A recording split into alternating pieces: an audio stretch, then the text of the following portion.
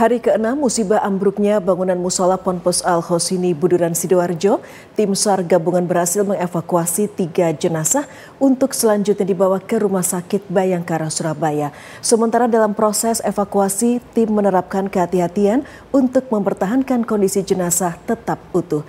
Untuk mengetahui informasinya, pemirsa, berikut laporan reporter Dewi Imroatin dan juru kamera Usro Indra di Rumah Sakit Bayangkara, Surabaya.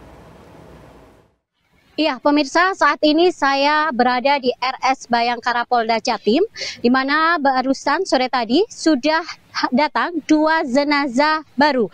Total terdapat 13 jenazah yang sudah datang di RS Bayangkara dan akan dilakukan proses identifikasi.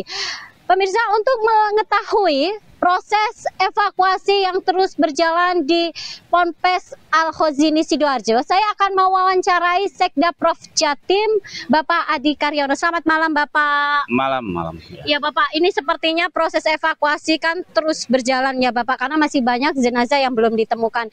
Dan keluarga ini sangat menaruh harapan besar, Bapak, untuk segera bisa ditemukan jenazah atau korban ambruknya Musola Al-Hosini. Ini seperti apa, Bapak, dari? Ya, semenjak asesmen terakhir oleh Basarnas bahwa tidak ada tanda-tanda kehidupan, kita lanjutkan dengan cepat evakuasi dengan menggunakan alat berat untuk mencari jenazah. Operasi dilaksanakan dengan cepat, ya, dan tapi dengan penuh kehati-hatian karena kita mendapatkan laporan masih banyak yang melaporkan kehilangan, sehingga alhamdulillah kemarin bisa dapatkan 11 dan hari ini. Mohon maaf, hari ini 8, kemarin 8, sekarang 3, ya hari ini 3. Tahapnya adalah sekarang bagaimana mengidentifikasi. Karena kondisi jenazah sudah lebih dari 4 hari, tentu perlu identifikasi. Nah, di sini prosesnya cukup panjang, mengingat ini korbannya adalah anak-anak yang tadinya kita bisa menggunakan sidik jari, tentu belum punya KTP, maka ini prosesnya. Dan konsentrasi berikutnya, kalau kita lihat puing-puing reruntuhan sudah mencapai 60% yang kita singkirkan, kemungkinan korban akan lebih banyak lagi ditemukan dan konsentrasi pasti akan di Rumah Sakit Bayangkara. Oleh karena itu dari pihak Pemprov juga menyediakan layanan dapur umum seperti halnya di pesantren, dengan ini dibuka juga, kemudian dukungan psikososial karena keluarga akan di sini juga, dan juga layanan lainnya, termasuk kita menggunakan pos krisis di sini. Gitu. Bapak, ini kan sudah dipastikan ya sudah tidak ada yang bernyawa gitu.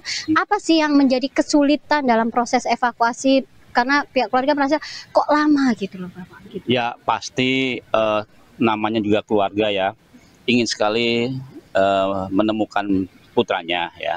Tetapi kita lihat bagaimana reruntuhan itu 4 lantai turun menjadi 1 sehingga balok-balok beton itu sangat luar biasa besarnya.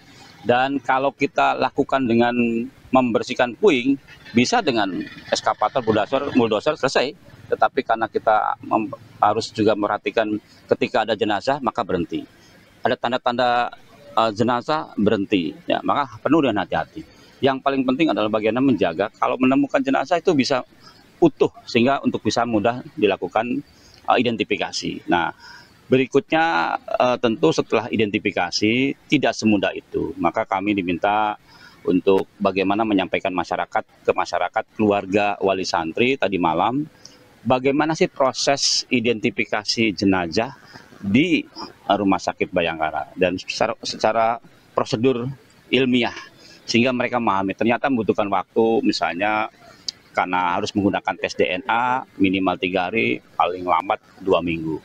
Sehingga sekarang anggota keluarga wali santri sudah tahu bahwa ini akan lama, sehingga tidak menunggu di sana. Karena persoalan jadi lain lagi, keluarga itu sakit dan stres dan sebagainya, maka sudah agak mendingan. Tetapi ketika ada 11 di sini, maka otomatis keluar juga akan bergerak ke sini. Maka perlu layanan. Saya kira kalau untuk identifikasi tergantung kondisi jenazah, kesulitannya ada DPI yang bisa menjelaskan.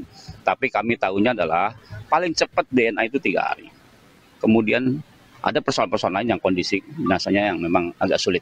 Artinya yang menjadi kesulitan proses evakuasi ini bagaimana jenazah itu dipertahankan untuk tetap kondisi utuh gitu ya Bapak. Ya. Itu yang akhirnya memberikan kehati-hatian para tim Ya. evakuasi gitu ya Bapak. Kemungkinan kan sebagian rusak kalau ketertimpa beton, balok, slop dan sebagainya kan. Kalaupun tidak, maka dengan kondisi 5 hari ini khawatir dengan alat berat, maka semakin rusak kalau tersenggol seperti itu kan. Oleh karena itu dengan Basarnas dan tim terus mengantisipasi begitu ada bongkahan puing, kelihatan ada jenazah, maka harus dengan hati-hati, semi manual. Kemudian kita berhenti dulu, kita asesmen lagi.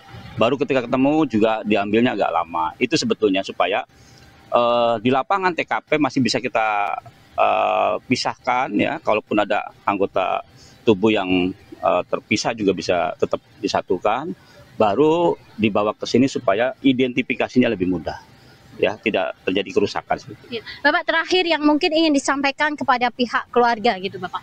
Ya, sesuai dengan apa yang kami sampaikan bersama pihak DPI, Mabes Polri terkait dengan proses ya. Pertama, bahwa untuk bisa mengidentifikasi perlu ketelitian, perlu hati-hati supaya tidak salah ya mengidentifikasi atau tertukar karena jumlahnya banyak. Yang kedua, mohon untuk bisa memahami bahwa evakuasi dan alat berat itu dengan berbagai resiko ya, terutama menjaga keutuhan dari jenazah. Jadi bukan kami tidak kerja ya, makanya lihat di CCTV kita bisa lihat semua 24 jam kita bekerja dengan sip-sipan, tetapi ketika menemukan jenazah maka terpaksa kita harus berhenti dan mengurus supaya mereka bisa tim evakuasi mengambil dengan utuh. Jadi bersabar ya. Kalau memang belum ada pengumuman dari pihak pusat krisis atau DPI, lebih bagus mungkin menunggu di rumah tetapi HP-nya on karena semua sudah terkoneksi dalam satu grup untuk identifikasi. Baik, terima kasih Bapak. Semoga proses evakuasi segera tuntas. Ya pemirsa, itu tadi wawancara saya dengan Sekda Prof Jatim bagaimana proses evakuasi tetap memprioritaskan kehati-hatian untuk jenazah masih tetap bisa dipertahankan dalam kondisi utuh. Ya pemirsa, untuk mengetahui update proses evakuasi maupun berita ambruknya Musola Al-Khozini, selalu saksikan JTV. Saya Dewi Meratin dan juru kamera Usro Indra melaporkan. Reporter Dewi Imroatin dan juru kamera Usro Indra, terima kasih atas laporan Anda. Selamat bertugas kembali.